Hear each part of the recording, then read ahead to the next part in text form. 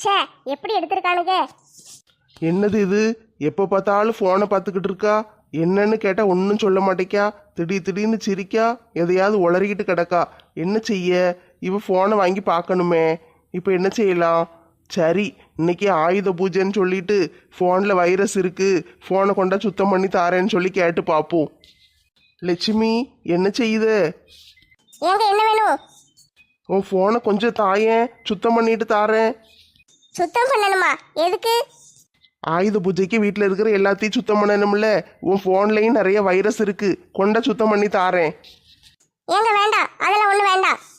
அப்போ என்னமோ ஒன்று இருக்கு, அதனால தான் ஃபோனை தர மாட்டேக்கா. இப்போ தரப்போறியா இல்லையா? எதுக்கு இப்போ ஃபோனை கேட்கீங்க? சுத்தம் பண்ணிட்டு தரேன்னு சொல்லுதம்ல. நீங்கள் இப்படிலாம் கேட்பீங்கன்னு தெரியும். அதனால தான் நீங்கள் கேட்கறதுக்கு முன்னாலே நான் காலையிலேருந்து ஃபோனை 4 தடவை சோப் போட்டு நல்லா கழுவிட்டேன். என்னது? ஃபோனை சோப்பு போட்டு கழுவுனியா? ஆமாங்க, நல்ல வாளியில் தண்ணியை போட்டு ஊற வச்சு சோப்பை போட்டு கழுவிட்டேன். ஆனால் என்ன ஒன்று, படம் தான் வர மாட்டேக்கி, சத்தம் மட்டும் கேட்கு. ஏன்னு தெரியல, நிறைய அழுக்கு இருக்கு போல. அப்போ இன்னொரு 4 தடவை சோப் போட்டு கழுவுனா சரியா போயிருமில்ல? நந்தினி, ஏன் ஒரு மாதிரி இருக்க? ஒன்றும் இல்லை விஜய். எதுனாலும் சொல்லு நந்தினி, ஏதாவது பிரச்சனையா? விஜய், எங்கள் அப்பா இருக்காருல்ல, அடிக்கடி வீட்டில் வந்து சண்டை போடுறாரு. எனக்கு பயமா இருக்கு விஜய். சண்டை போட்டாரா? ஏன் சண்டை போடுதாரு? பழைய கதையெல்லாம் வந்து பேசுறாரு. பேசிட்டு நான் மாப்பிள்ளை வீட்டில் போய் சொல்லிடுவேன், எனக்கு பணம் வாங்கி கொடுங்க, இல்லைன்னா கல்யாணத்தை நிறுத்திடுவேன்னு சொல்லி மிரட்டுறாரு. அவர் வந்து சொன்னாலும் யாரும் எதையும் நம்ப போறதில்ல. அப்புறம் எதுக்கு நீ பயப்படுத? அம்மா ரொம்ப கவலையா இருக்காங்க விஜய். இந்த ஆளு கல்யாணத்தை நிறுத்திடுவாரோன்னு அவங்க பயப்படுறாங்க. அது எப்படி கல்யாணத்தை நிறுத்த முடியும்? அவர் வந்து என்ன சொன்னாலும் இங்க யாரும் கேட்க மாட்டோம். நீ பயப்படாம இரு. அவரை ரொம்ப மிரட்டிட்டு போயிட்டாரு விஜய். இந்த கல்யாணத்தை நான் நடக்கவே விட மாட்டேன், நீங்க என்ன செய்யணுமோ செஞ்சுக்கோங்க, என்னால் என்ன முடியுமோ நான் செஞ்சுக்கிடுறேன்னு சொல்லிட்டு போயிட்டாரு. அதான் பயமா இருக்கு. சரி, நீ சொல்லிட்டல்ல, நீ கவலைப்படாம இரு, நான் பாத்துக்கிடுதே. சரி விஜய், அந்த மொட்டை பொண்ணு இருக்கல்ல, அவ கூட என்னைய மிரட்டுனா. யார் அந்த மொட்டை மோகினியா? ஆமா, அவளே தான். அவ இப்ப அடிக்கடி நம்ம ஊருக்குள்ள வரா. வந்து உட்கார்ந்துகிட்டு நீங்க வரீங்களான்னு பார்த்துட்டே இருக்கா. நீங்க அந்த பக்கம் வரலன்னா வர்றவங்க போறவங்க கூட எல்லாம் சண்டை போட்டுட்டு வம்பிழுத்துக்கிட்டு இருக்கா. அட கடவுளே, அந்த மொட்டை மோகினி இப்படியே பண்ணிக்கிட்டு இருக்கா? ஆமா விஜய், எதனால என்கிட்ட சொல்லிருன்னு சொன்னீங்கல்ல, அதனாலதான் சொல்றேன். சரி சரி, நீ கவலைப்படாத, எல்லாத்தையும் நான் பாத்துக்கிடுதேன். அப்பாட்ட ஒரு வார்த்தை சொல்லி வச்சிருவோம், சரியா? சரி விஜய். மீனா, இந்தாம்மா பாலக்குடி. கொடுங்க. எங்க அருணை காணும், பாப்பாவையும் காணும். அருண் பாப்பாவை தூக்கிட்டு வெளியே போயிருக்காரு. அப்படியாம்மா? சரி சரி. ஆண்டி, காலையில சாப்பிட்றதுக்கு என்ன செய்ய போறீங்க? இன்னைக்கு காலையில் இட்லி போட்டாச்சுல, நாளைக்கு பூரி போட்டுருவோமா? சரி, பூரி போட்டு கறி குழம்பு வச்சிருங்க. ஐயா மருமோளே, நாளைக்கு விஜயதசமி. விஜயதசமி அன்னைக்கு யார் கறி குழம்பு வைப்பா? ஏன் இப்படி பண்ணுவீங்க? வந்ததுல இருந்து ஒரே காய்கறியா போட்டுட்டு இருக்கீங்க. எனக்கு கறி மீன் சாப்பிடணும் போல இருக்கு. அவ்வளோதானே மருமோளே, காலையில் பூரி போட்டு நல்ல காளான் குழம்பு வச்சு தாரேன். சூப்பராக இருக்கும், கறி குழம்பு மாதிரியே இருக்கும், நல்லா சாப்பிடு. காளான் குழம்புலாம் எனக்கு வேண்டாம், எனக்கு கறி குழம்பு தான் வேணும். அப்பனா ஒரு 10-15 நாள் கழிச்சு தான் வைக்க முடியும். இது புரட்டாசி மாசம்ல, என் மருமவக்காரி வீட்டுக்குள்ள கறியை மீனும் கொண்டு வரக்கூடாதுன்னு சொல்லிட்டா. ஏன் இப்படி பண்றீங்க? எனக்கு எரிச்சலா இருக்கு. நான் வரும்போதெல்லாம் நல்ல கறி குழம்பு மீன் குழம்பு வச்சு தருவீங்க. இப்போ என்னடா ஒரே சைவமா போட்டு கொள்றீங்க. என்னம்மா செய்ய, புரட்டாசி மாசமா போயிட்டுல. புரட்டாசி மாசம் சொல்லிட்டு ஒரு மாசம் எப்படி கறி மீன் சாப்பிடாம இருக்கீங்க? மருமோளே, புரட்டாசின்னா கறியை மீன் தான் சமைக்க மாட்டோம். மற்றபடி காளான் பிரியாணி, காய்கறி குருமா, பன்னீர் டிக்கா, அது இதுன்னு எல்லாத்தையும் நல்லா செய்வோம். நல்ல இஞ்சி பூண்டு பேஸ்ட்டு, பட்டை கிராம்பு, அது இதுன்னு போட்டு கறி குழம்பு மாதிரியே வச்சு சூப்பராக சாப்பிடுவோம் மருமோளே. எல்லாரும் கேட்டாங்கன்னா நாங்கள் சைவம் தான் சாப்பிடுதோம் நல்லா பீத்திக்கிடுவோம். நாங்கள்லாம் வி ஆர் த வீர வெஜிடேரியன்ஸு, ப்ரௌடு புரட்டாசியன்ஸு. ஏன் இப்படி உயிரை வாங்குதீங்க? எனக்கு காலையில பூரிக்கு கறி குழம்பு வேணும், அவ்வளவுதான் சொல்ல முடியும். சரி, அப்பனா இஷ்டம். நான் போய் மாலாட்ட சொல்லிடுது என்ன? சொல்லுங்க, நல்ல கறி குழம்பு வச்சுட்டு சிக்கன் 65 எல்லாம் செய்ய சொல்லுங்க. சொல்லுதம்மா, சொல்லுதேன். மீன் என்ன சும்மாவா? நான் கேட்ட உடனே இப்ப செஞ்சு தரேன்னு சொல்லிட்டாங்கல்ல, அப்படித்தான் இருக்கணும். நான் என்ன சாப்பிடணும்னு நினைக்கணும், அதைத்தான் இந்த வீட்டுல எல்லாரும் சாப்பிடணும். மாலாவை பத்தி புரியாம இவ பேசிக்கிட்டு இருக்கா. இவளை என்ன செய்ய? அன்னைக்கு பிரியாணி வேணும்னு கேட்டேன், கடைக்காரன்ட்ட பிரியாணி ஆர்டர் போடுதேன்னு சொல்லிட்டு கடைசியில் இவ என்ன செஞ்சு வச்சா? சைவ பிரியாணி, சைவ மீன் வறுவல், சைவ கோழி வறுவல், அது இதுன்னு செஞ்சு கொண்டு வந்து என் கண்ணு முன்னால் வச்சுட்டா. என்ன செய்யன்னு கடைசியில் திங்க வேண்டியதாக போயிட்டு. ஆனால் என்ன நல்லா தான் இருந்துச்சு. நாளைக்கு இவளுக்கு என்ன செஞ்சு கொடுக்க போறான்னு தெரியலையே. பாவம், நாளைக்கு எப்படி ஏமாந்து தான் போக போறா. சரி இருக்கட்டும், இன்னைக்கு ஒரு நாளைக்கு நல்ல கறி குழம்பு சாப்பிட போறோம்னு நினைச்சு கற்பனை பண்ணிக்கிட்டு இருக்கட்டும்.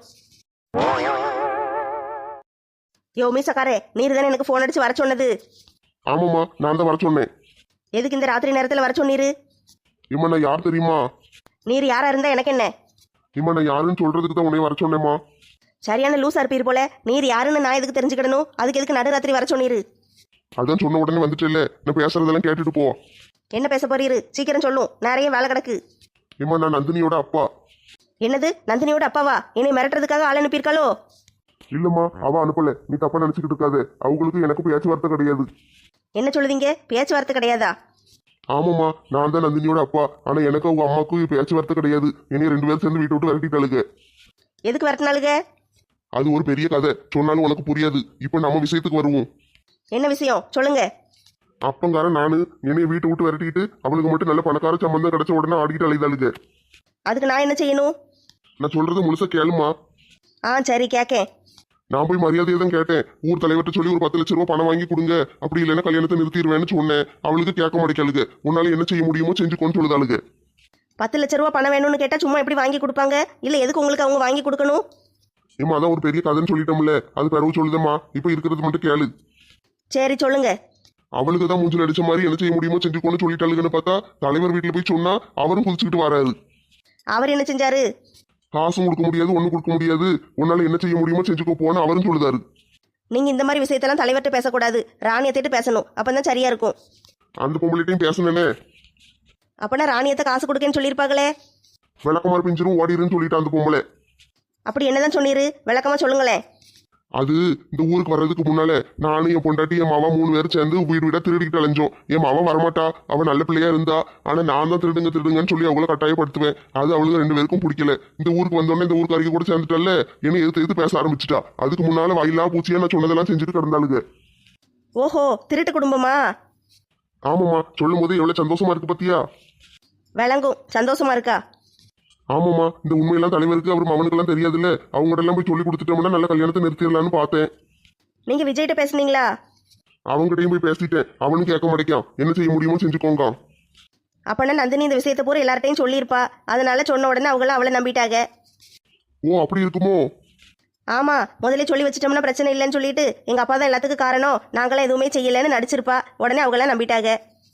ஆமாம்மா, நீ சொன்ன பிறகு எனக்கு எல்லாமே புரியுது. அப்படித்தான் நடந்திருக்கும்னு நினைக்கிறேன். நான் கூட என்னன்னு குழம்பிக்கிட்டே கிடந்தேன். சரி, இப்ப நான் அதுக்கு என்ன செய்யணும்? நீ எப்படியும் விஜய் மேல ஆசைப்படுதில்ல? ஆமா, அதான் நடக்காதுன்னு தெரிஞ்சு போயிட்டேன். இனிமே என்ன செய்ய? உனக்கு நான் விஜயை கட்டி தந்தேன்னா எனக்கு நீ 10 லட்சம் தாரியா? விஜய் என்னை கல்யாணம் பண்ணிக்கிட்டா 10 லட்சம் என்ன 50 லட்சம்னாலும் தாரேன். 50 லட்சமா? ஆமா, விஜய் எனக்கு கிடைச்சா போதும். 50 லட்சம் கூட தர தயாரா இருக்கேன். அப்படின்னா நம்ம 2 பேரும் சேர்ந்து திட்டம் போட்டு வேலை செஞ்சோம்னா இந்த கல்யாணத்தை நிறுத்திடலாம். கல்யாணத்தை எப்படி நிறுத்த முடியும்? அதை எல்லா ஏற்பாடும் முடிஞ்சு பத்திரிக்கைலாம் அடிக்க போறாங்களே. பத்திரிக்கை அடிக்கட்டும், எல்லாருக்கும் கொடுக்கட்டும், அதெல்லாம் நடக்கட்டும். நம்ம ஏதாட்டும் ஒரு திட்டத்தை போடுவோம். ஏற்கனவே இப்படித்தான் நான் நந்தினியை கடத்திட்டு போய் வச்சுட்டு இங்கே கல்யாணம் பண்ணுன்னு விஜய் கொண்டு வந்து உட்கார வச்சேன். கடைசி நேரத்தில் அவங்க எல்லாரும் சேர்ந்து நந்தினியை காப்பாத்திட்டாங்க. கல்யாணத்தை நடக்க விடல. எனக்கு எவ்வளவு அசிங்கமா போயிட்டு தெரியுமா? இந்த தடவை அப்படி ஆகாதுமா. போன தடவை நீ சின்ன பிள்ளை தெரியாம திட்டம் போட்டு ஏமாந்துட்ட. இந்த தடவை நான் இருக்கேன்ல, உனக்கு நல்ல திட்டமா போட்டு தாரேன். அப்படின்னா சரி, நான் உங்க கூட சேர்ந்து வேலை செய்ய ஒத்துக்கிடுதேன். சரி, அதான் கல்யாணத்துக்கு இன்னும் 1.5 மாசம் கிடக்கல. நல்ல நம்ம திட்டம் போட்டு வேலையை பார்ப்போம். சரி சரி. சரிம்மா, இருட்டுக்குள்ள ரொம்ப நேரம் நிக்காத. நீ வீட்டுக்கு போ, மற்றதை நான் பார்த்துக்கிடுதேன். ஆட்டும் போயிட்டு வரேன். வந்ததே வந்துட்டு கையில் எதுவும் துட்டு வச்சிருந்தா கொடுத்துட்டு போயேன். கையிலெல்லாம் துட்டு வைக்கிறது கிடையாது. களவாணி பயிலுக்கு நிறைய பேர் அலைதானுங்க. களவான்ட்டு போயிடுவானுங்க. ஏமா அப்பா அக்கௌண்ட்ல இருக்கும்ல, அதை அனுப்பி விட. ஃபோன் வீட்டில் இருக்கு, வேணா வீட்டுக்கு போய் அனுப்பி விடுதேன். சரிம்மா, எவ்வளோ அனுப்பி விடுவே? 100 ரூபா அனுப்பி விடுதேன். என்ன செய்தா? தூங்கிட்டா போல. சரி, தூங்கிட்டாளா இல்லையான்னு பார்ப்போம். மாலா, தூங்கிட்டியா? இல்லைங்க, தூங்கல. என்ன விஷயம்? ஏன் இங்கே வந்து படுத்திருக்க? இது என்ன புது கதையா இருக்கு? நம்ம ரூம்ல தான் மீனாவும் அருணும் இருக்காங்களே. நம்ம ரூம்லயே படுத்திருக்காங்க. வீட்டில் இருக்கிறது 2 ரூமு தானே. ஒரு ரூம்ல நம்ம இருக்கோம், ஒரு ரூம்ல அத்தை இருக்காங்க. எப்பவும் அம்மா ரூம்ல தானே போய் படுப்பாங்க. ஆமாம், அத்தைக்கு வயசாகிக்கிட்டே போகுது. அவங்க ஒய்யாம கீழே படுத்து படுத்து எந்திக்க முடியாது. அதனால தான் நான் கட்டில் படுத்துக்கோங்கன்னு சொல்லிட்டேன். அப்படியா? சரி சரி. ஏங்க, இப்போ மீனாவும் அருணும் வந்த உடனே என்னைய கொண்டு வந்து வெளியே போட்டுட்டீங்க. இன்னும் என்னதான் செய்ய போறீங்க? நம்ம என்ன செய்ய முடியுமாலா? நம்ம வீட்டுக்கு வந்த ஆட்களை நம்ம தானே பார்த்துக்கிடணும். அதுக்குன்னு பெட்ரூமில் கொண்டு போட்டுட்டு என்னைய கொண்டு வந்து வெளியே போட்டிருக்கீங்க. இதுவே நம்ம அவங்க வீட்டுக்கு போனால் என்ன நடக்கும்? அது வந்து எப்படி சொல்லன்னு தெரியலையே. அவங்க வீட்டுக்கு போனாலும் அவங்க தான் பெட்டில் படுத்திருப்பாங்க, நம்ம கீழே தான் படுக்கணும், அதுவும் வெளியே வராண்டால. ஆமாம், இதை பற்றி நான் யோசிக்கவே இல்லையே. அவங்க இங்கே வந்தாலும் பெட்டில் தான் படுப்பாங்க. அது நம்ம பெட்ரூமாக இருந்தாலும் பரவாயில்ல, நம்மளை வெளியே வராண்டால படுக்க வச்சுட்டு அவங்க ரூமுக்குள்ளே படுத்துக்கிடுவாங்க.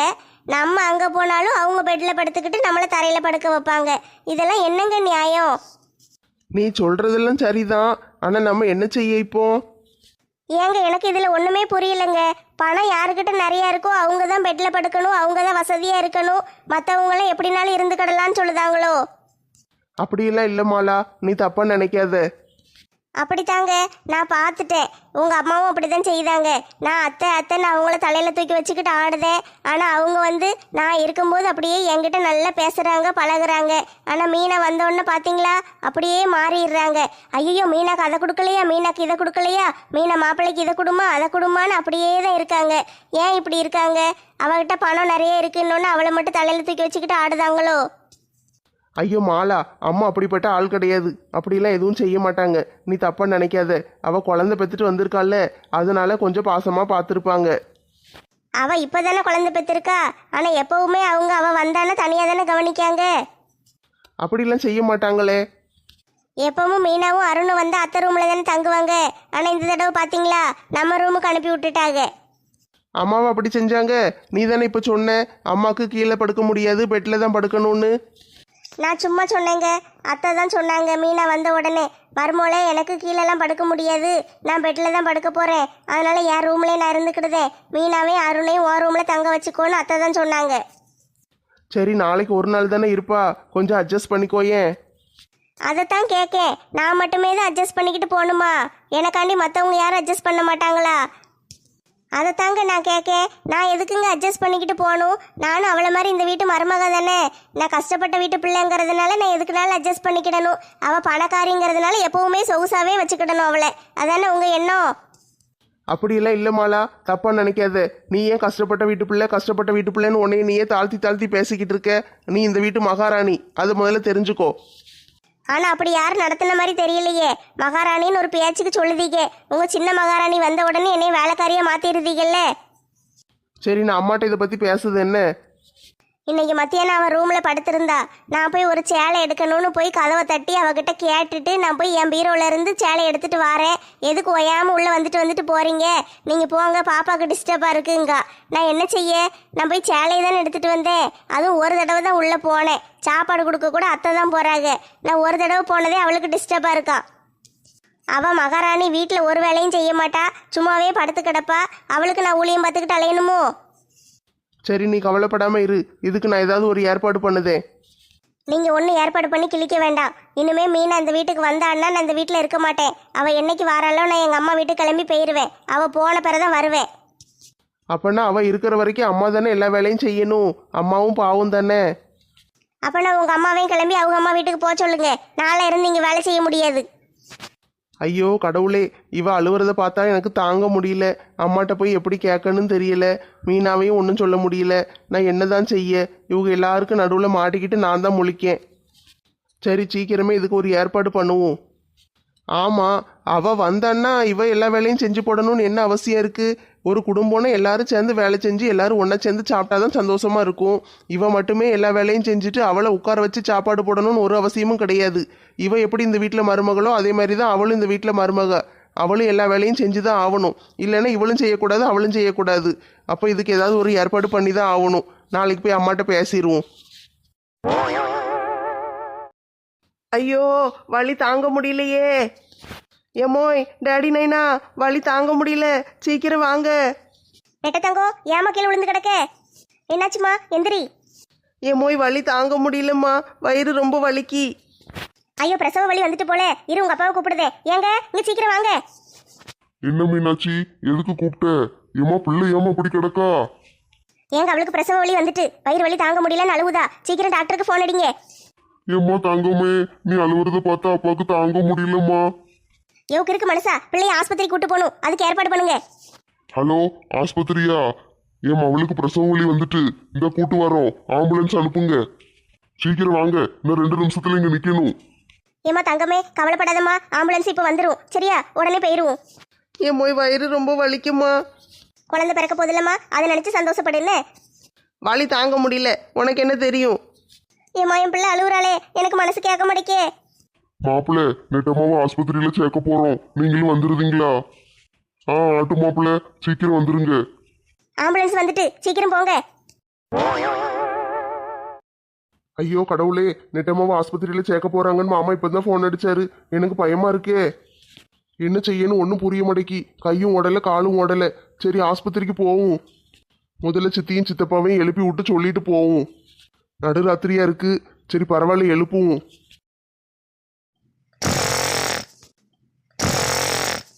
ஐயோ நல்லா தூங்கிட்டு இருக்காங்களே, எப்படி எழுப்ப? நம்ம பாட்டு கிளம்பி போயிட்டு காலையில் அங்கேருந்து ஃபோன் அடிச்சுக்கிடுவோமா? வேண்டாம் வேண்டாம், பிறகு எங்ககிட்ட ஒரு வார்த்தை சொல்லியிருக்கலாம்ல, நாங்களும் ஆஸ்பத்திரிக்கு வந்திருப்போம்லன்னு ஏதாட்டும் ஒரு கதையை சொல்லுவாங்க. அதனால முதல்ல எழுப்பி விட்டுருவோம். சித்தப்பா சித்தப்பா. என்னப்பா என்னாச்சு? திடீர்னு ராத்திரி போல வந்திருக்க? சித்தப்பா, நெட்டமாக்கு வயிறு வலி வந்துட்டு ஆஸ்பத்திரியில சேர்க்க போறாங்க. நான் ஆஸ்பத்திரிக்கு போறேன், சித்தியை கொஞ்சம் எழுப்புங்களேன்னு சொல்லிட்டு போயிருந்தேன். அப்படியாப்பா, மறுமூல ஆஸ்பத்திரியில சேர்த்துருக்காங்களா? குழந்தை பிறக்க போதா? அப்ப நானும் கிளம்பி வரட்டா? வேண்டாம் சித்தப்பா, ராத்திரி போல நீங்க வர வேண்டாம், காலையில வாங்க சரியா? நான் மட்டும் இப்ப போறேன். இப்ப சித்தியை மட்டும் எழுப்புங்க, நான் சொல்லிட்டு போயிருந்தேன். கனகா கனகா, கொஞ்சம் எந்தியே. என் மனசா நல்ல கனவு கண்டுகிட்டு இருக்கும்போது எதுக்கு எழுப்புதீரு? ஏட்டி ராமு வந்திருக்காண்டி, அதான் எழுப்புனேன். ராமுவா இந்த நேரத்துக்கா? சித்தி நான் தான் சித்தி எழுப்புனேன்.